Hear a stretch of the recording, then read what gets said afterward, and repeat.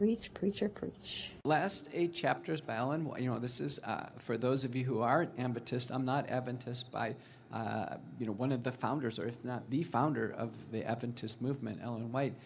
They map to what is written in Revelations, what the rest of us in other denominations understand as Revelations. But they have an unbelievable connection and reality, in a sense, to what's going on right now. And I think probably the most profound thing I could say is that it is possible that what is occurring right now is as laid out in those last 8 chapters. And then we document from 2014 forward the incredible rapid development of laboratory techniques to engineer viruses, and particularly the coronavirus.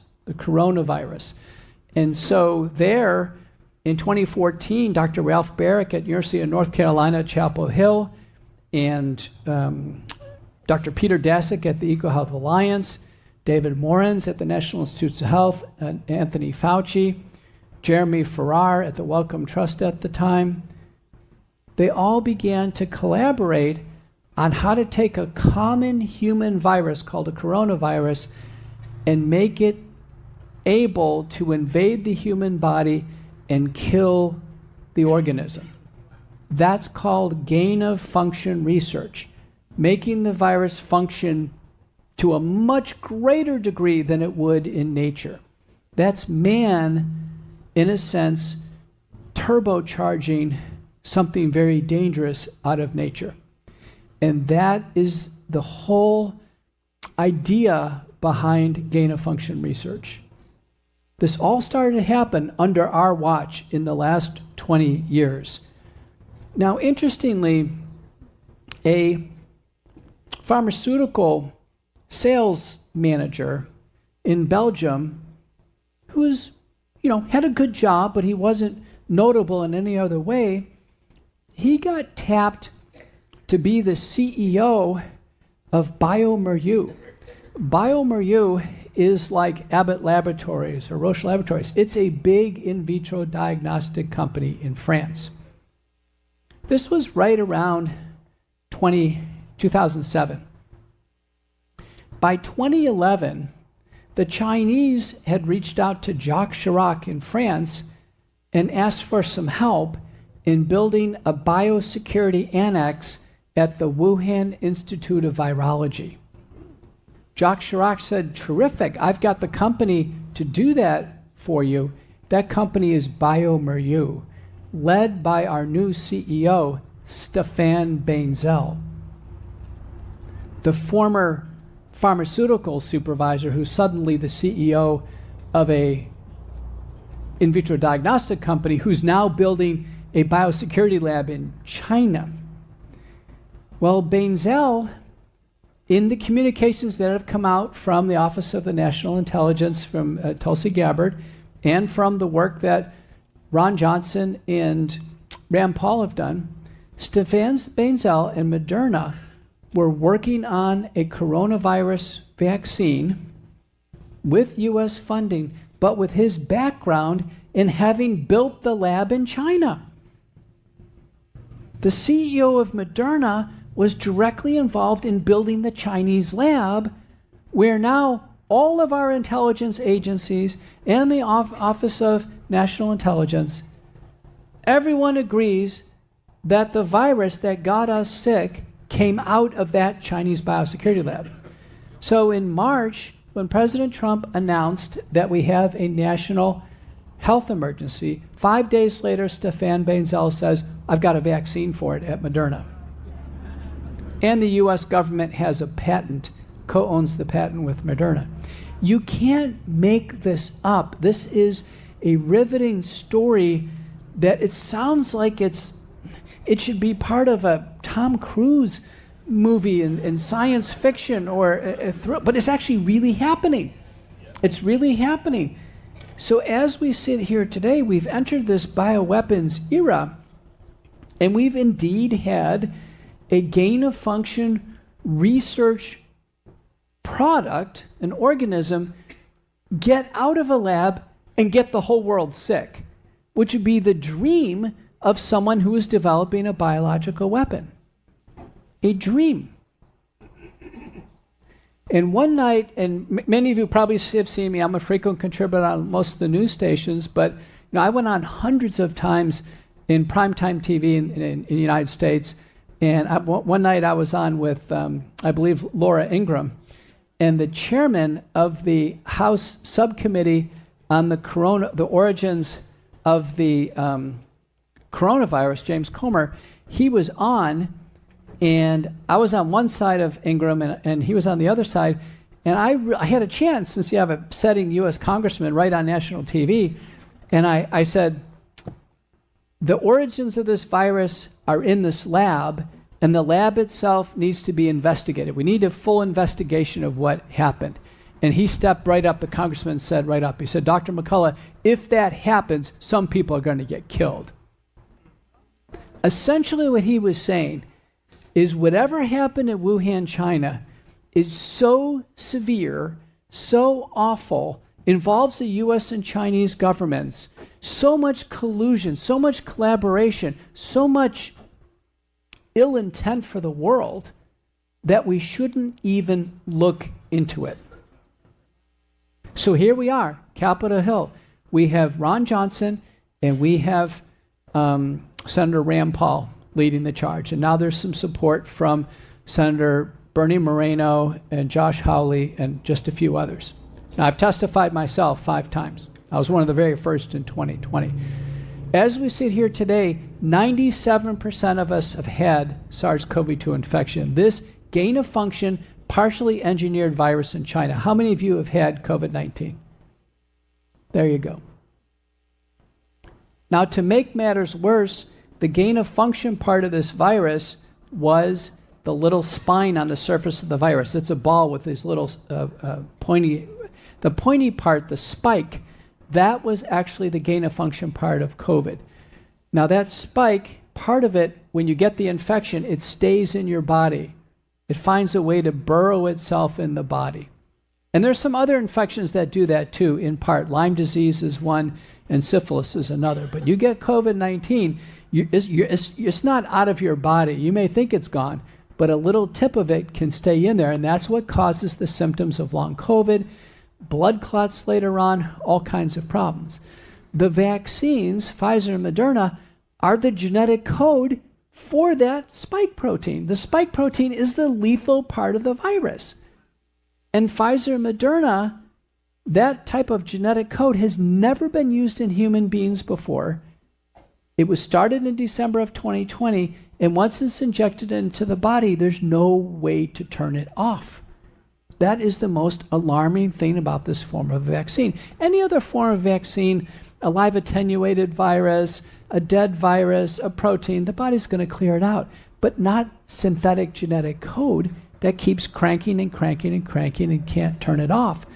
Now people have taken the vaccine, they've gotten even a bigger dose of the spike protein, and some people are feeling sick. And as we sit here today, my estimates are 85% of people who took the vaccine are clinically fine. I can't find any problems with them.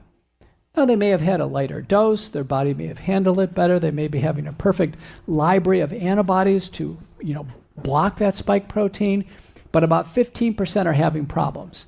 Heart damage, blood clots, neurologic damage, immune system problems. All of this is emerging in the peer-reviewed literature. It's frightening.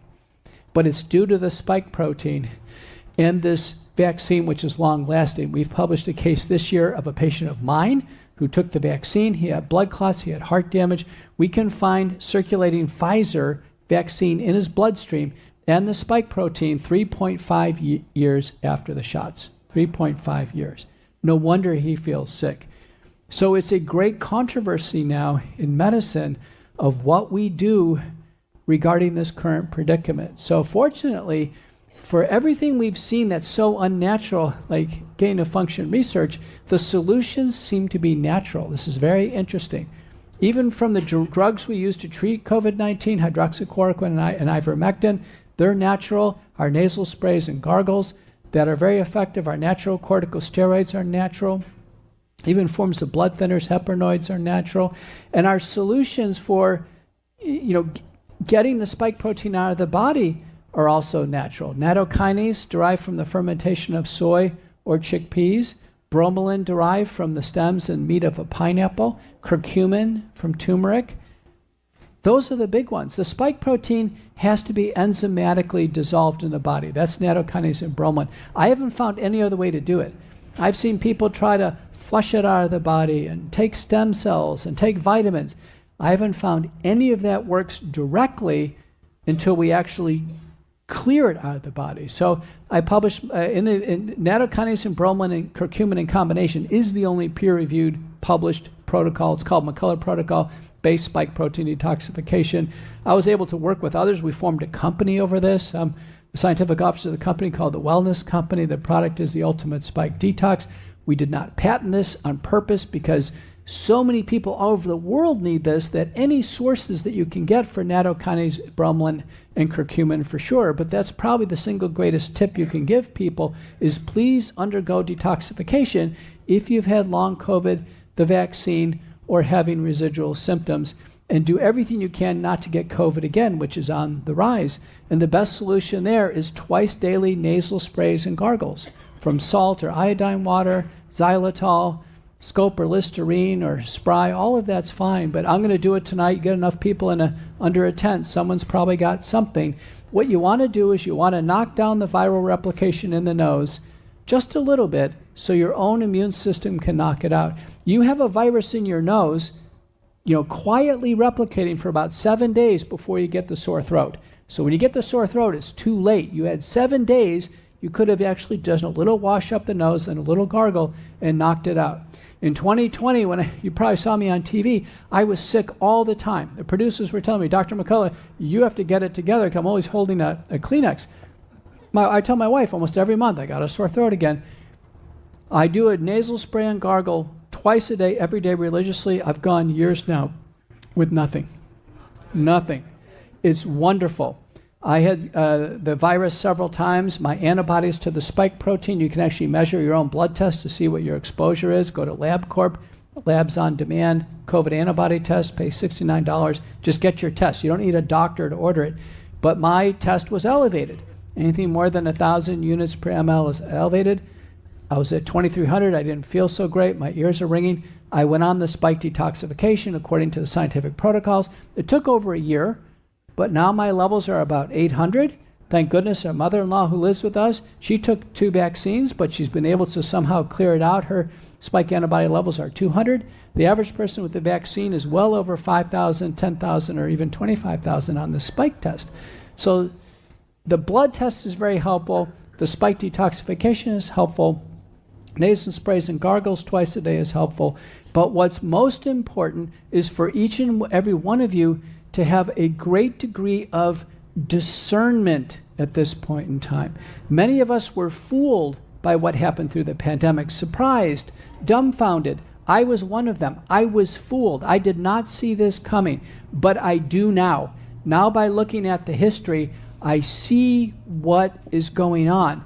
Now, President Trump has dropped the funding for gain-of-function research, but it doesn't mean adversaries like the Chinese Communist Party, not-for-profit organizations like the Gates Foundation, it's still game on for gain-of-function research because there's so much money in global vaccination.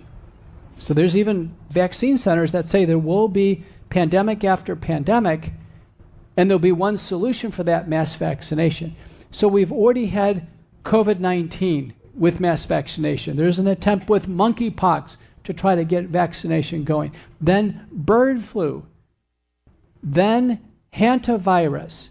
Now Ebola. I'm not saying these are minor illnesses, but now every day we're given a new infectious disease threat, told it has a grave prognosis, told that there's no treatment whatsoever, which is never the case, by the way. Modern day treatment is pretty good for almost everything. And we're told, wait and be saved for a vaccine. The WHO has Agenda 2030. They want to see 500 vaccines per person in just a few years. Vaccine promoter Paul Offit, who is on CNN very frequent, as frequent contributor, He believes we can go to 1,000 vaccines per person. Our children, we're up to 93 doses of vaccines, 19 preventable illnesses. Now, Trump, through a couple attempts now in RFK, has at least trimmed it down to what Europe is doing, 11 diseases, and this again is going to be challenged. So we're in a time of great controversy. This hubris over vaccines is centuries old, and it is, for many, it's an ideology, and that's the reason why you can't talk about this. Vaccines have been accepted blindly in an ideology, and the ideology goes like this. We always have had deep-seated fears of infectious diseases, and through the brilliance of mankind, science can outdo God. Man can improve God's creation. That's how powerful this hubris is. That's the vaccine ideology. You know it's wrong. I know it's wrong. And with that, I think all of us can plot our course forward in this time of great controversy. Thank you so much.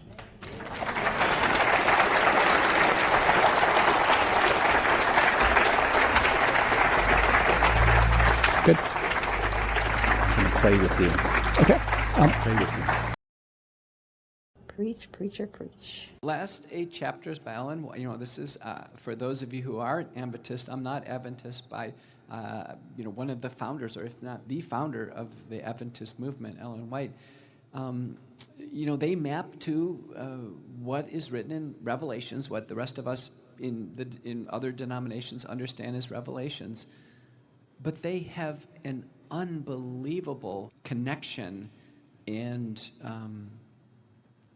reality, in a sense, to what's going on right now. And I think probably the most profound thing I could say is that it is possible that what is occurring right now is as laid out in those last 8 chapters.